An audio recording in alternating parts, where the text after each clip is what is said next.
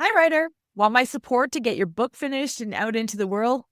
Join my Inner Circle membership, a community of supportive writers where each month we set goals, share pages, learn new techniques, and get you unstuck fast so that you can make continuous progress on your writing goals. Coached Writers Finish. And you can get me as your virtual book coach in this group program for only $199 a month, much less than a single one-on-one coaching session. Check out the details at susievidori.com/inner circle. We have live events happening all the time, so grab your spot now to join us.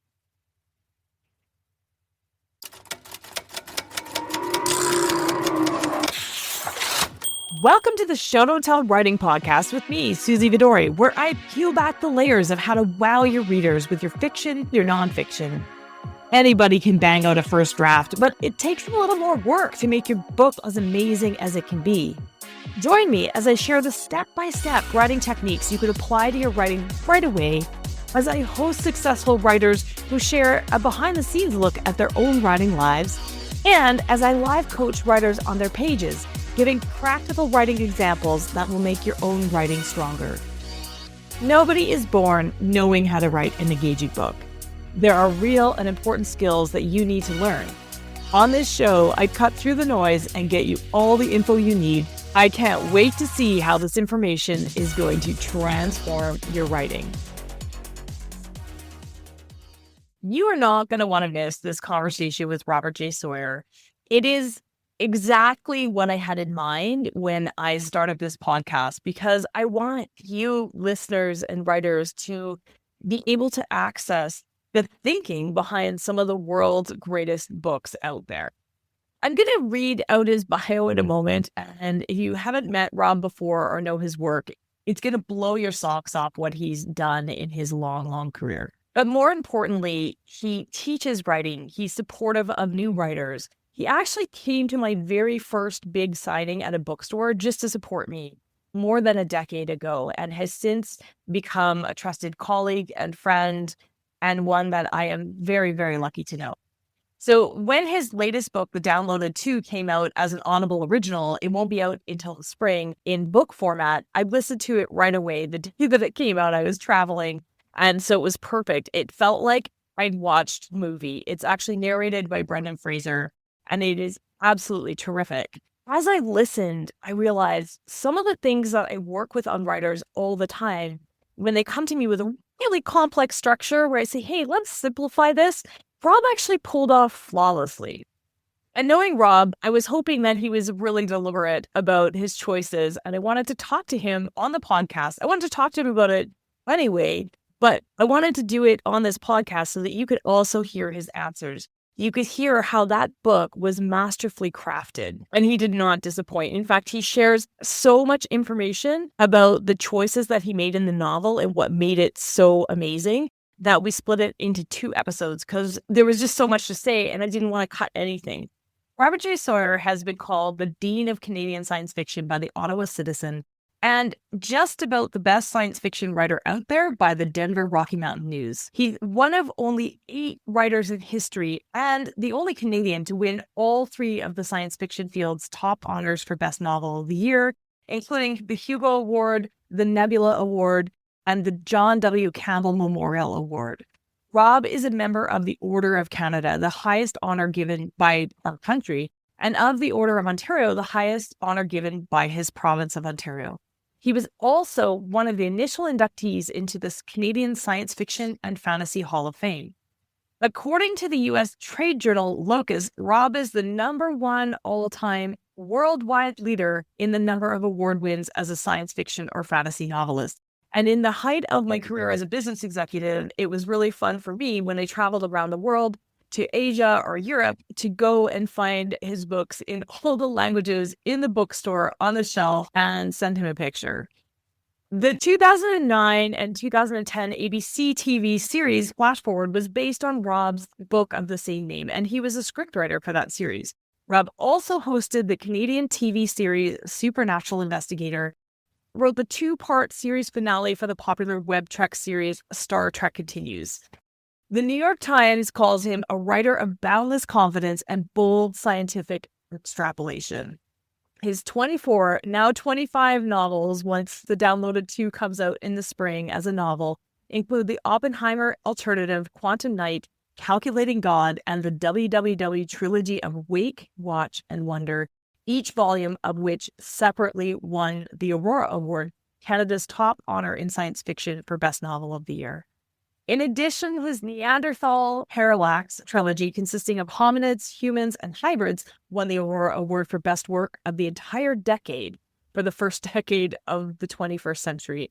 Are you getting the idea here? Rob has been around the block. Rob is a force in the writing world. He's here today to share all of his secrets with us, and we are so grateful. I hope you have a pen and paper ready and check out the Downloaded and the Downloaded 2. We were careful not to share any spoilers, but we are going to talk about the structure of those novels. So make sure you take a listen so that you know what we're talking about. Welcome to the show, Robert J. Sawyer. So glad that you agreed to talk about this book with me. I couldn't wait to discuss it with you. Thank you. I'm delighted to be here, Susan. So can you, just before we get started talking about all the choices that you made when writing this book, can you tell us a little bit about the Downloaded series and Downloaded 2 and what it's all about? Yes, so the Downloaded 2, Ghost in the Machine, is just out from Audible, and it's a sequel that I never intended to write. A few years ago, in fact, pre-COVID, Audible approached me to write something original for them, and I agreed to do so, and I created a novel called The Downloaded, which they produced as a full cast, immersive audio experience mixed in Dolby Atmos and so forth, directed by Gregory Sinclair, the former head of radio drama at the CBC, who sadly has passed away in the interim. And it was quite a hit for Audible, much bigger, I think, than they expected it to be, which gratified me enormously. So I had to write a sequel. They approached me, we negotiated, and it just seemed sensible from their point of view and from my point of view to do a sequel. But I had never intended one, which made the Downloaded 2 very difficult to write because I thought I'd put a nice little bow and ribbon on all the plot lines and all the character arcs in the original, The Downloaded. But it's a series about two cohorts of human beings, one who are a series of astronauts who have uploaded their consciousness into a quantum computer so that the multi-hundred-year voyage they're planning to take to Proxima Centauri, the closest star to our sun, on a colonization voyage will pass much more quickly for them, while their bodies are shipped there frozen in cryonic suspension. The second cohort is a group of murderers who have been offered the chance to serve their prison sentences in virtual reality with the clock speed slowed down. So it'll seem like 20 years, the sentences they've been given, will pass for them, but only 10 months will pass in the outside world. From a rehabilitative point of view, this gets them back into the workforce, back into their families, when their skill set is still valuable and their children are still young. And of course, if everything went fine, we wouldn't have a novel. What happens is after both groups upload, just days later, there's a nuclear holocaust, the civilization collapses, and when they emerge 500 years later from cryogenic suspension and download back into their bodies, the astronauts haven't gone anywhere. The prisoners are angry that their sentences lasted much longer than they expected. And these two disparate groups have to learn to live together to rebuild some sort of civilization in the ruins of Waterloo, Ontario, Canada. That's the setup for the Downloaded. Downloaded 2, we'll talk about the development of that as we go along. Yeah, I love that. So then you felt like you wrapped all of that up. And then how did you go about figuring out, how to blow it up again and make a new book out of it? So I'm a huge Star Trek fan, particularly the original series. You One were. of the great games that we original series fans or all Star Trek fans play is try to find rational explanations for things that are clearly contradictory in the canon.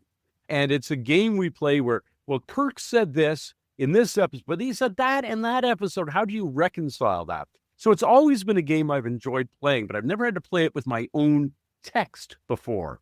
And I went back and, of course, went through the original Downloaded beginning to end. And really, it was fine as in terms of setting up a sequel, except that in the original, I included an epilogue. And the epilogue put a button on what had happened. It said, they went up here, this people, da-da-da. And that painted me into a corner. Now, one of the things I say when I teach creative writing is, for me, every novel has to be a challenge. There were great challenges in doing the original Downloader we can talk about. But the challenge for Downloaded 2 was, how do I get a sequel out of something that was never built to have a sequel? And it meant a lot of, if I'd had any hair, pulling out my hair, trying to find answers. But that's what made it creatively interesting to do. And when I finally did come up with a paradigm and a scenario for the sequel, I was enormously pleased. The people I work with at Audible were enormously pleased. And I actually think, honest to goodness, that Downloaded 2 is a better book than Downloaded 1. And Downloaded 1 got some of the best reviews of my life, including, a starred review from Publishers Weekly, the industry Bible. That's their highest accolade. Congratulations. That is so well-deserved, Rob. Well, thank you so much. So much. So, it was all beating my head against the wall and thinking, this little line here, which was just a throwaway line, can I expand it? Can I find a way to fill in or build upon every little bit? And I made a rule for myself. Sometimes when people write sequels, and this is notorious in filmmaking, you just ignore the inconvenient facts from the first. Or you make it all a dream, or you make it all a dream. Or you do something, right? Negate everything. We have a term mostly used in film and television. It's comic books use it too, called retconning, which is retroactively rewriting the continuity, retcon. And I refuse to do that.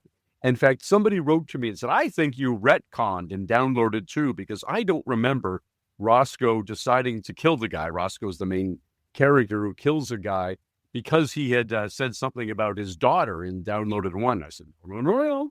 That, in fact, is exactly what happened. And I sent him the passage from Downloaded 1. So I refused to retcon because that made it more challenging for me, even though I probably could have gotten away with just ignoring the inconvenient facts of Downloaded 1, because most people consumed it as an audiobook. Yes, it's available as a print book and as an ebook, but most people listen to it, and they listened once, and it's not easy, if you've listened to an audiobook, to say, now, wait a minute, what did he say 3 or 4 chapters ago? Can I find that? Flipping through a paper book, or most easy of all, searching in an ebook, no problem. But in the audio, forget about it. I'm sure what he said was what I remembered, and that's all fine.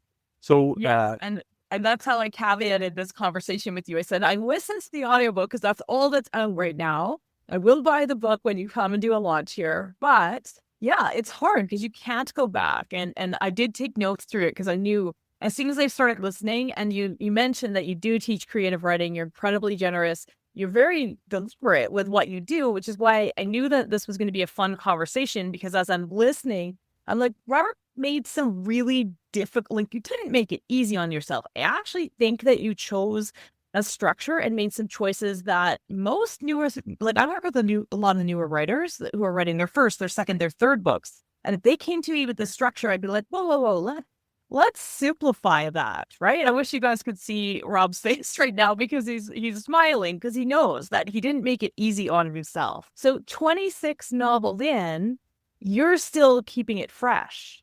Yes, I have to, because,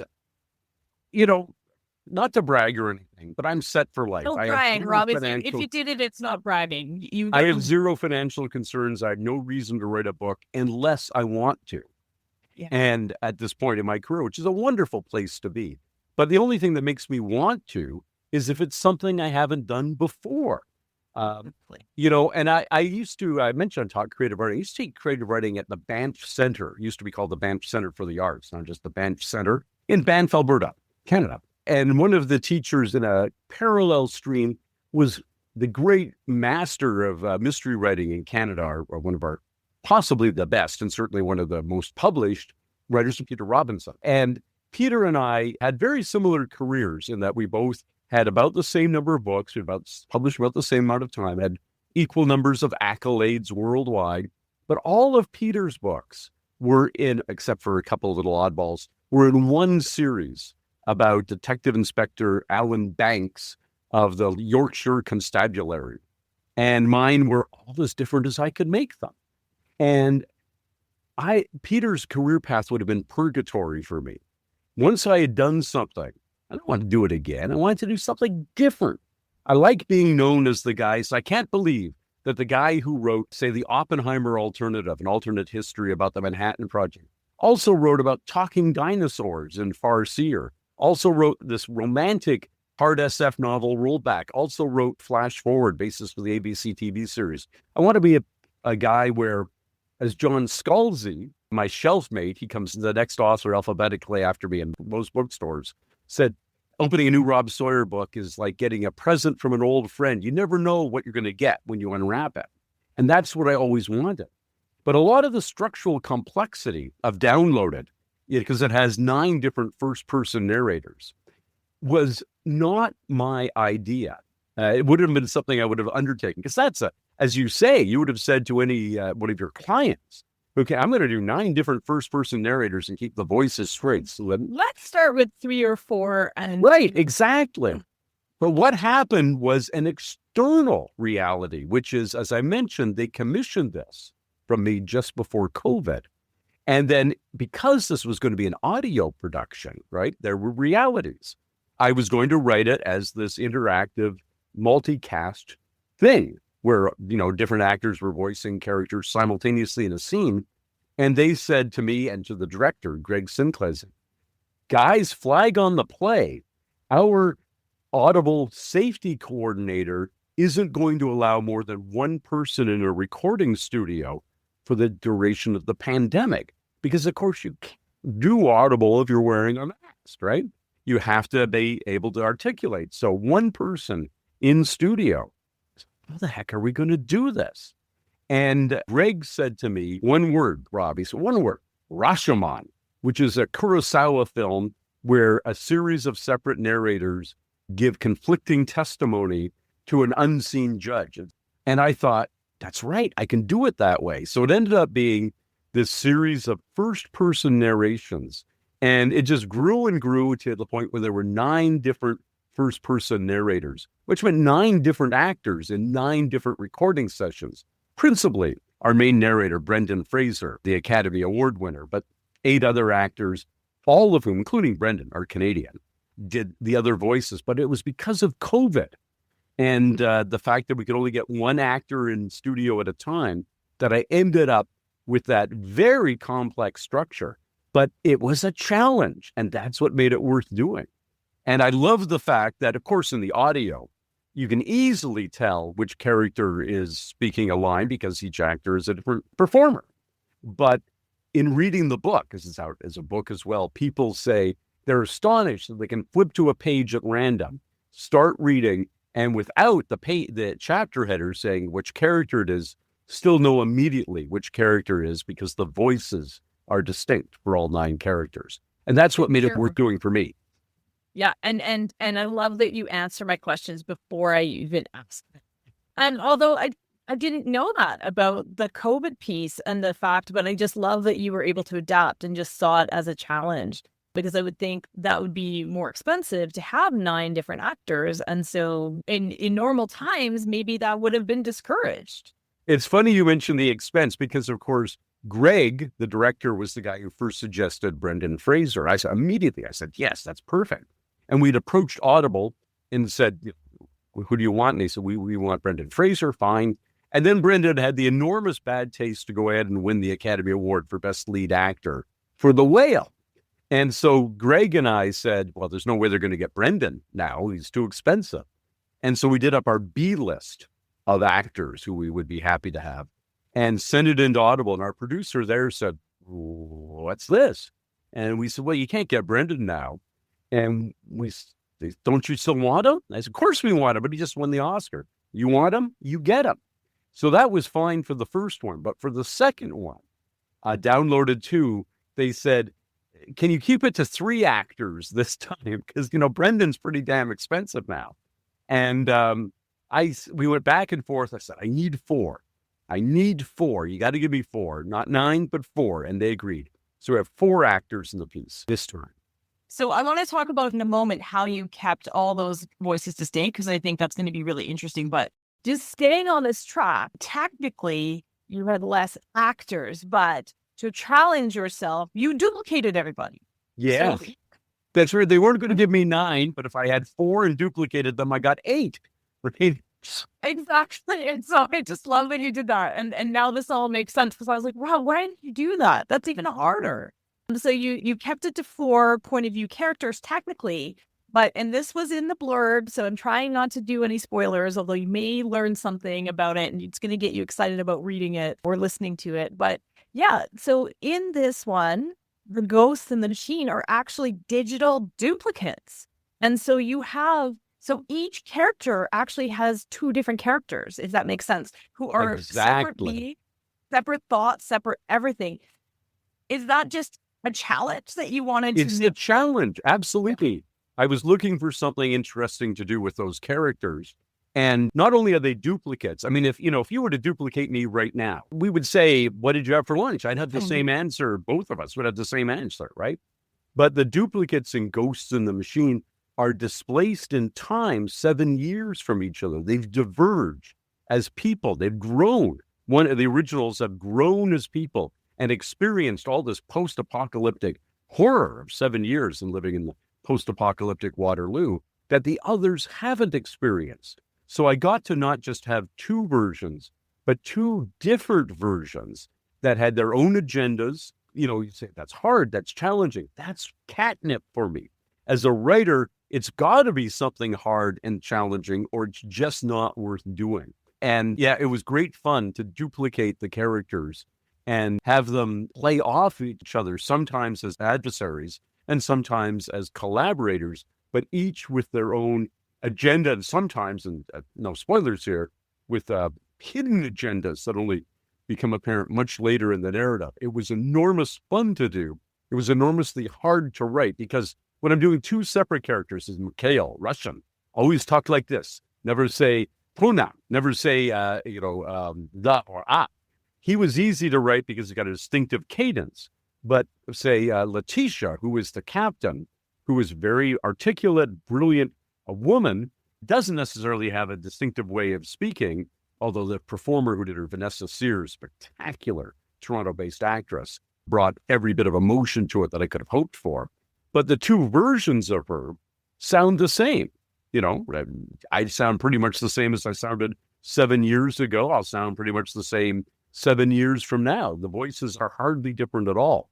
And that was a real challenge for me to write them to come across as differently, and for Vanessa and the other actors who performed in the piece to perform them so that people could tell which version they were articulating.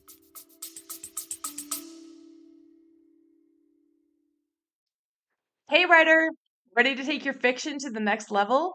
Whether you've just got a great idea or you're already stuck in the murky middle of writing your book, the Wicked Good Fiction Bootcamp I designed just for you.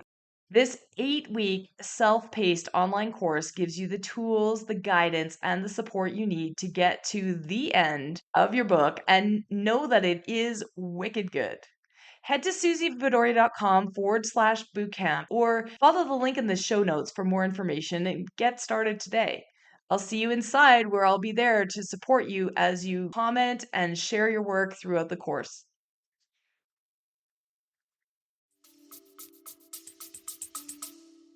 Okay, we haven't blown our listeners' minds yet. So we went from 9 point of view characters. Rob was told, no, you can have 4. So we duplicated them and essentially had these 4 times 2. So go listen to the books. You'll understand what we mean. But Rob, what did you do? Okay, so accent or particular cadence is one technique to make those voices unique. What else did you try? What else did you? Yes, exactly. And the easiest thing for me to do is to say they have different accents and leave it up, because of an audiobook, leave it up to the narrators to do that. But that doesn't do anything on the page for the eventual reader of the book. It would be very tiresome, I would imagine, to have, dialect or... Dialect is enormously hard to maintain in a written form. There are writers like Walter Mosley who do quite a bit with diction when he's doing, Easy Rawlins and his mystery novels that are set in Louisiana, and a lot of the characters are speaking African-American vernacular English. the diction is very good, but he doesn't do oddball spellings. Whereas, say, Ed McBain, who did the 87th Precinct series, was fairly notorious for falling into not just dialect, but dialect with phonetic spellings that become tedious to read on the page. I didn't want to do anything like that.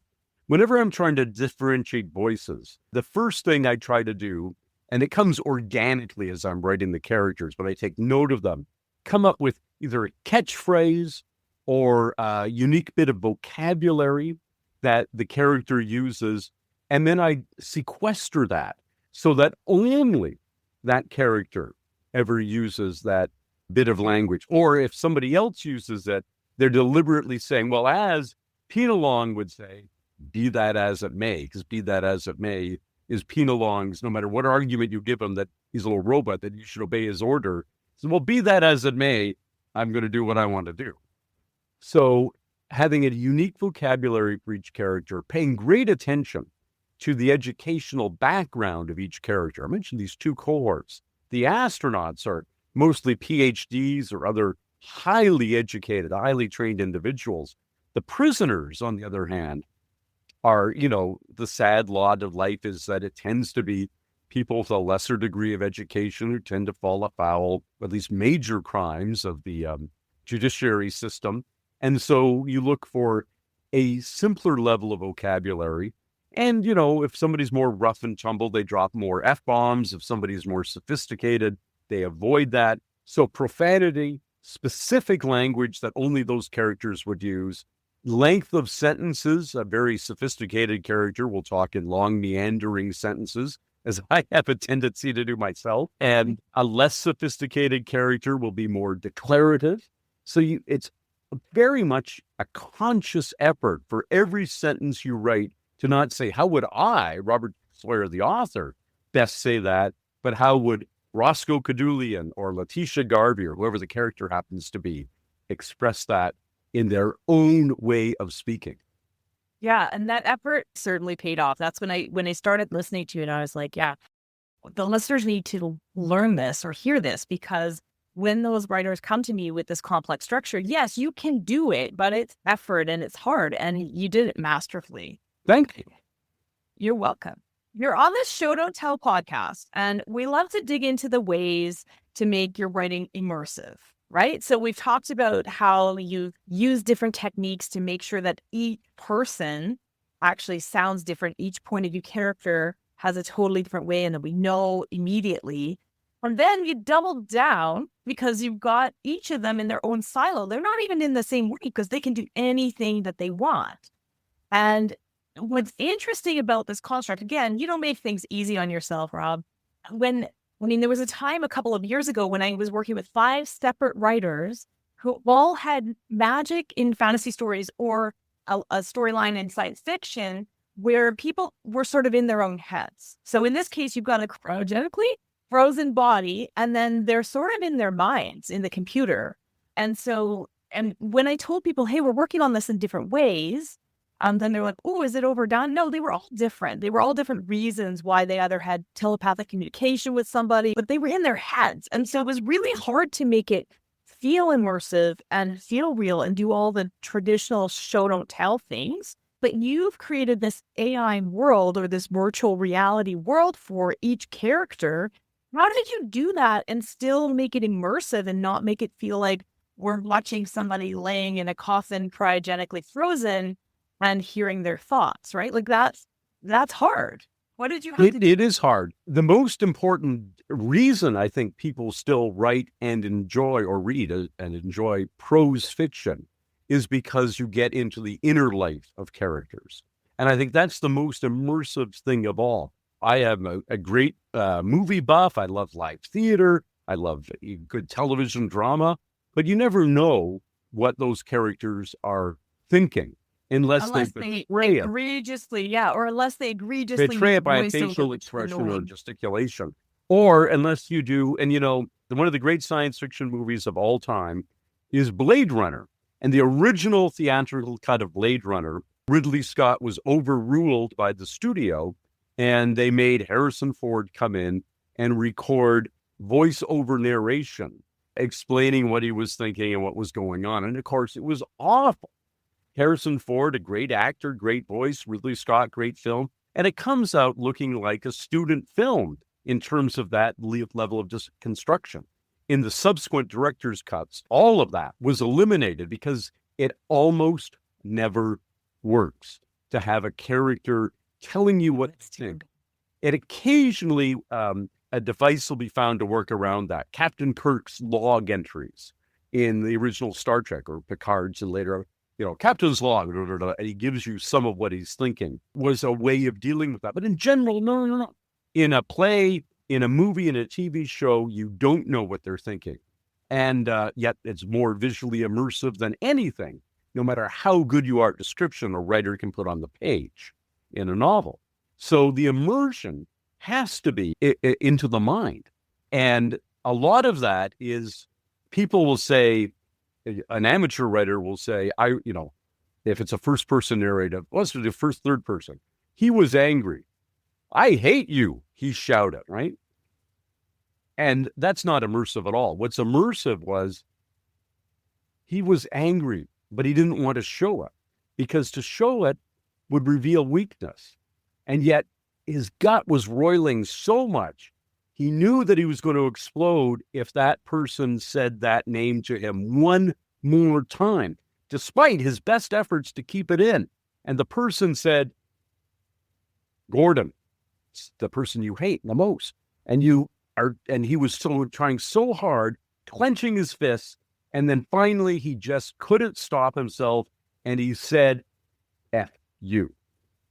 On screen, on stage, all you see is Gordon, F you. The inner struggle, which was enormously immersive there, is only possible in prose fiction, and prose fiction that is being read aloud as an audiobook. So that, I think, is the key thing of the immersive quality, is to have the stream of consciousness. And our streams of consciousness aren't just, here's what I'm about to do, and then you do it, and then you say, oh, and now I've done it. It's all the, I could do this, I could do that. The interplay of you in dialogue with yourself about what your next move is in this chess game that is the ongoing plot of whatever story you're unfolding.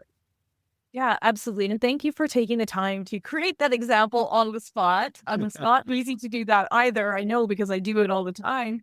But what writers will say to me when we do things like this and we show them, but it's longer. Yeah, it is. But those decision points, and that is so important. Spend the words, spend the time to show us how they are coming to those decisions, because that's what your reader's going to track, right? They're trying to guess. What are they going to do? Readers want to be smart. We want to guess. We want to look ahead, and we want to try to imagine what it is. And that's what keeps it interesting. That's what keeps us hooked. Yeah. So we have this, we talk about identifying with a character. And in prose fiction, that literally means that you take on the identity of a character. You So it's are in their very body. hard to You do are and them. watch. Yeah. Yeah, it's very hard to do in a play or a movie or a TV show. That's like watching a tennis match. You're looking to the left character, to the right character, or they're intercutting between the two characters. You're neither of those characters. You are quite literally a spectator of whatever is unfolding in front of you. It's only in prose fiction where you really can become Katniss Everdeen or Jean Valjean or whoever the character might be and live their life. And living their life isn't just what they do externally. It is so much more what we do internally. And you get to put that out on the page. And as you said, it gets longer. You add up the pages. That's a good thing, to get more and more pages. I date back to starting my fiction career writing, for markets that, short story markets that paid X number of pennies a word. And you go right back. They say, oh, no, I just don't write for them anymore. You can't afford me at pennies a word anymore. And I don't do short fiction anymore. But that goes right back, to Charles Dickens. He was definitely a penny a word writer when he wrote, it was the best of times. It was the worst of times. It was the age of reason. It was blah, blah, blah, blah, blah. He got, 500 words, so $5 off of nothing at all happening, but just, he wasn't even in a character's head at that point. But we were in. Yeah. when you're inside a character and explicating their thought process, think of all those pennies that are adding up for you and how much more immersive it is, how much more money's worth you're giving your reader for the pennies they've paid you in royalty. Yeah. Okay, I love all of this. It's a very leading question because I actually wanted to talk to you about, you're talking about how immersive. And when you do look back at something written 50 years ago, it may not have been, right? It might be a very distant perspective. And are you finding, because what I'm seeing is in today's market, that just doesn't work, right? It was the best of times. It was the worst of times. A page or two that aren't even in a scene, especially in genre fiction. Would you agree that this immersive piece is becoming more and more important as we compete with audiobooks, as we compete with video, Absolutely. VR, and all these? Absolutely. Every medium has to distinguish itself from every other medium, or why would you not only consume film and television, which, they spent a lot of money making the downloaded as an audiobook, but nothing compared to a $200 million feature film, right? Why would you even consume inexpensive art like print fiction, except that it's distinguished from the other forms? Yeah, there used to be a whole bunch of different narrative voices that were used in fiction, and we've sort of honed it down to really almost all fiction is written in one of two very immersive voices. It's either first person or it's limited third person. And the limited means that in each scene, you are only privy to the thoughts of one character in that scene, the viewpoint character, the one that you have identified with in that scene.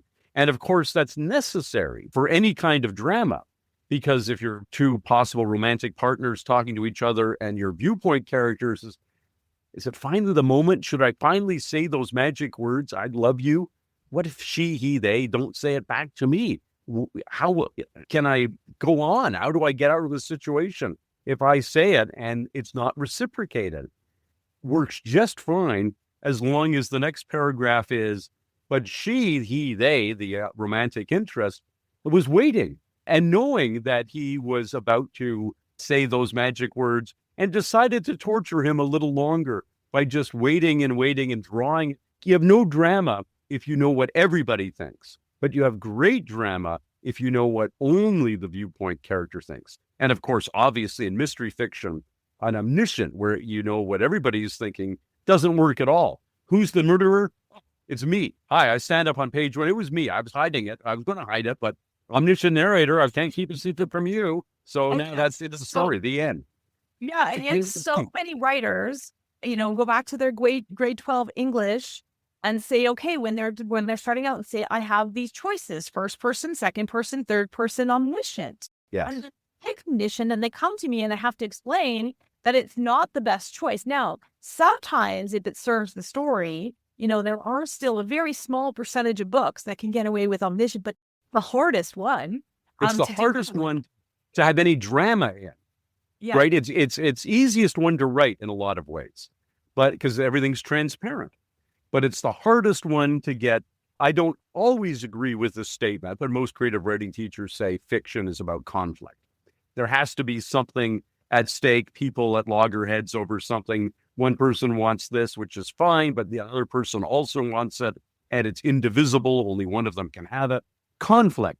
And it's very hard to have any kind of emotional conflict if it's omniscient.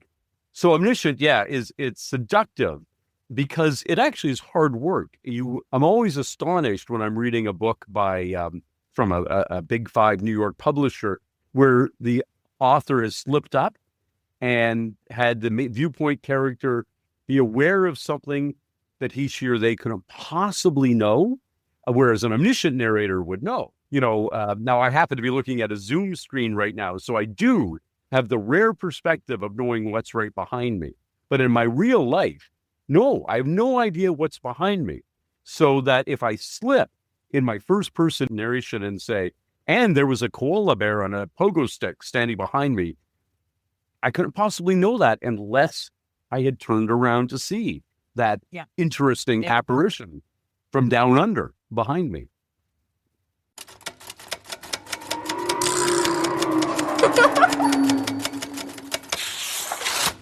for tuning in to Show Don't Tell Writing with me, Susie Vidori. Help me continue to bring you the straight goods for that book you're writing or planning to write. Please consider subscribing to this podcast and leaving a review on Apple Podcasts, Spotify, or wherever else you're listening. Also visit susievidori.com/newsletter to hop on my weekly Inspired Writing newsletter list, where you'll stay inspired and be the first to know about upcoming training, events, and writing courses that happen in my community. If you're feeling brave, check the show notes and send us a page of your writing that isn't quite where you want it to be yet for our Show Don't Tell page review episodes. Remember, that book and your writing is going to open doors that you haven't even thought of yet, and I can't wait to help you make it the absolute best. If you're feeling called to write that book, keep going, and I'm going to be right here cheering you on. See you again next week.